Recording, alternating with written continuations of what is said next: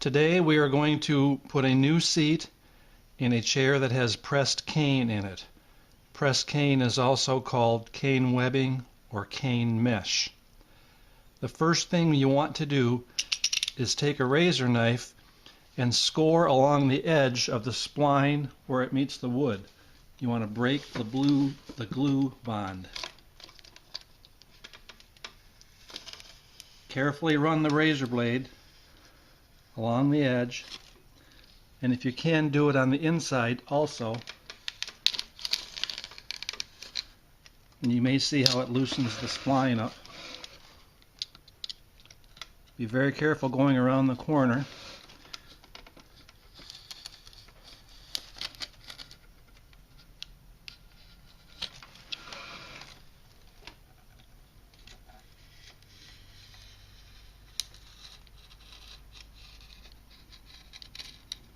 You're going to go all the way around the entire chair. Okay.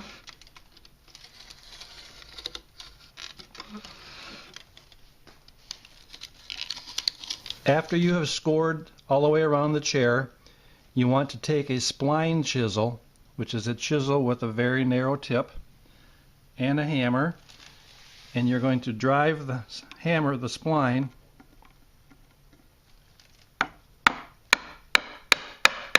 down in like that, and then bend it back, and on an angle you're going to drive it all the way around, loosening the spline so you can remove it. Be very careful on the corners so you don't damage the wood.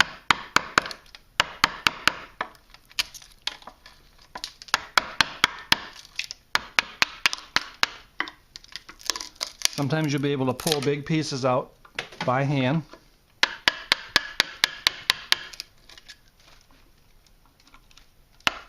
And you're going to do this all the way around the chair.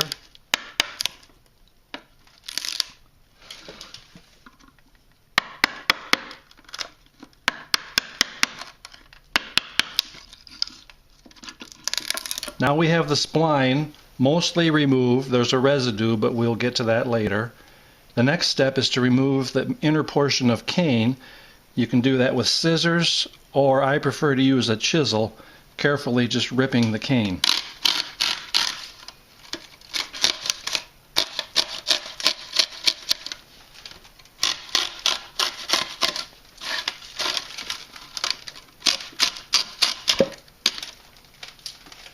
Now that the large portion of cane is out of the middle, I want to try to get the residue off the edge. I'm going to take the chisel and I'm going to lightly tap to pull it away from the edge without going through so far that I hit the wood and damage it. Once I loosen it, I can bend down a little bit and that will pry it up. I can come up here and show that maneuver here too. Just go through a little bit and then bend it up. And you can see how it breaks the cane away from the inner edge and lifts it up.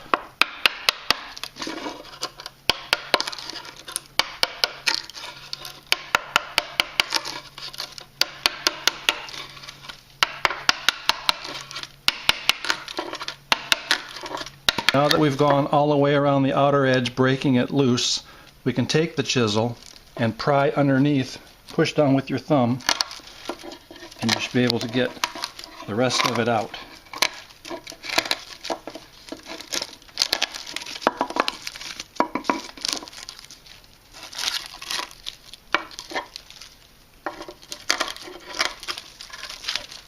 Now we have the majority of the cane out. Now we need to clean the groove to get all the residue out of there.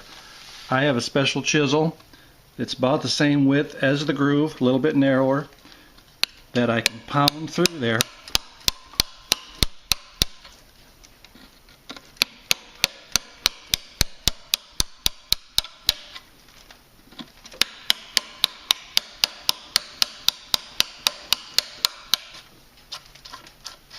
You can see how that cleans it out. And we're going to go ahead and do the entire chair. Now we have the groove entirely cleaned out as best as we can get it. The next step is to measure the width of the groove for our spline. This groove is 1/4 inch wide. We have in our catalog a chart that you can look up. The actual groove size is 1/4 inch, which means the size I need is 9.5. So I'm going to use 9.5 spline. I also have a piece of 9.5 right here, and I want to make sure that it easily goes into the groove and is even just a little bit loose so that there's room for the cane when that goes in. I've cut a piece of cane that's 2 inches bigger than the opening on each side, and I have a piece of spline that's long enough to go all the way around. I'm going to soak them both in water for about 20 to 30 minutes. You don't want to soak it much longer than that because it will start to discolor. Now we have soaked our cane, and I'm going to insert it into the chair.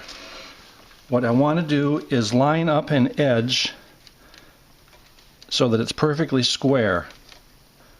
What I'm going to do with this chair is this front edge I want to be perfectly square, and the sides I want to be square. So that looks pretty good right there. And I have excess strands of cane that are going to be outside the groove that I'm going to remove.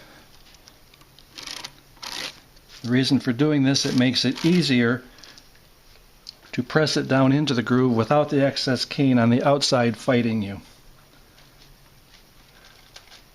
I'm going to take a wedge and just push in a couple strands right here.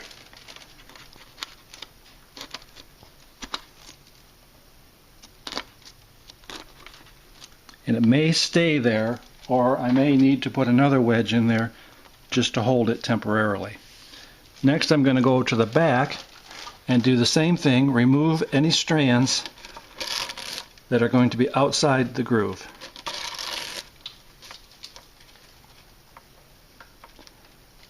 Now I can put a couple strands in the back, and then I can take a minute to look at my chair and make sure it's square and everything is lining up the way I want it to. Now we have a wedge in the back and the front. Now I'm going to do one on each side. We'll start with this side. I have the string and 2 strands that are outside the groove, so I'm going to remove those.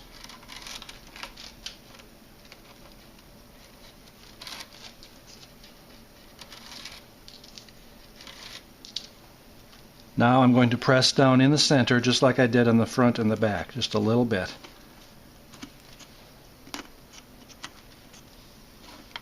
Just like that. And I'll use a wedge just to hold it there.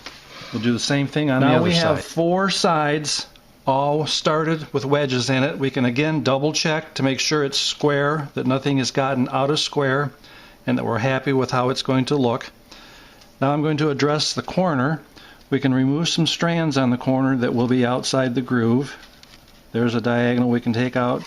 There's a diagonal. And there's one more that we can remove that won't be needed. And then these strands here we can just pull out a little bit just to make it easier to get the corner in. Now I'm going to put the corner in very carefully, like that. And that's how we do a corner.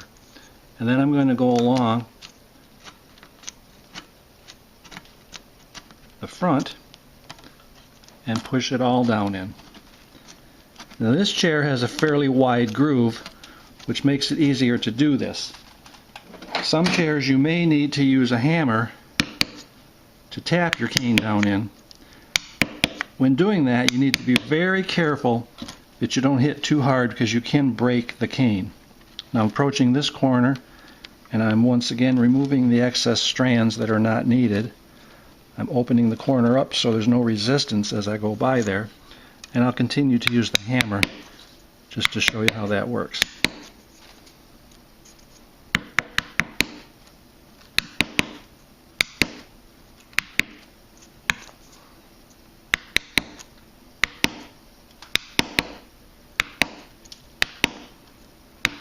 Now I will continue all the way around the chair, pressing the cane down into the groove. Now we have the entire piece of cane pressed down into the groove, We made sure it's square and straight. We haven't broke any strands. The next step is to trim off the excess cane sticking up. I'm going to use a very sharp chisel and a hammer and just go right below the edge. And as I go, the cane may pop up, so you want to make sure it stays down.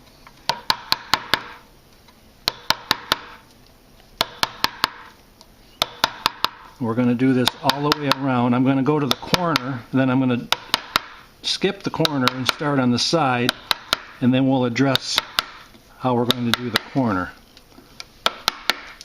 Now I've skipped the corner and I started down the side. Next we will address how to do the corner. Now going back to the corner, the reason I did not use the chisel was because the chisel is square and the corner's round, and it would tend to damage the wood if you're not very careful. So I'm going to use nippers and just cut the cane off. If you can see how I'm doing that, very carefully. Does not hurt the wood at all, and it does the same thing as now we have all the cane trimmed off, and it's ready for us to put the glue and then the spline. I use Elmer's white glue. I'm just going to put a little bead all the way around. Not a whole lot, or else it'll ooze out on you. Just carefully go all the way around.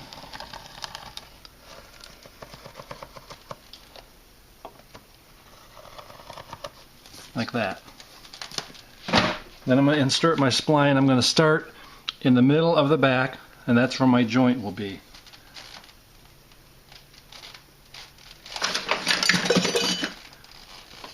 I want to have a 45-degree angle, so I'm going to cut, and it doesn't really matter the angle as long as there is an angle there. You can match it when you come back. I'm going to use that as my center point and start right there.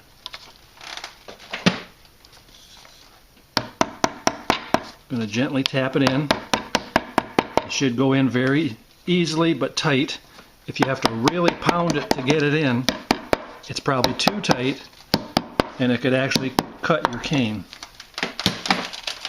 We're going to go all the way around the whole chair. On the corners you'll want to bend it. This is where you want to make sure you've soaked your spline so it doesn't break when you go around the corner.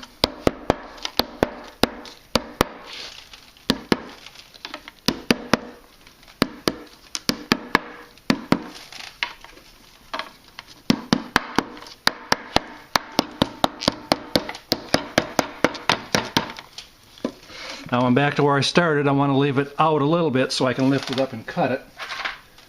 I'm going to lay it on top of the other piece, and you should be able to see exactly where you need to cut it on what angle. Mark it with a pencil so the two ends butt together nicely. I'm going to cut it right on that mark. I'm now going to take a wedge with a little bit wider end, and I'm going to go around and tap it down just so it's flush with the wood all the way around.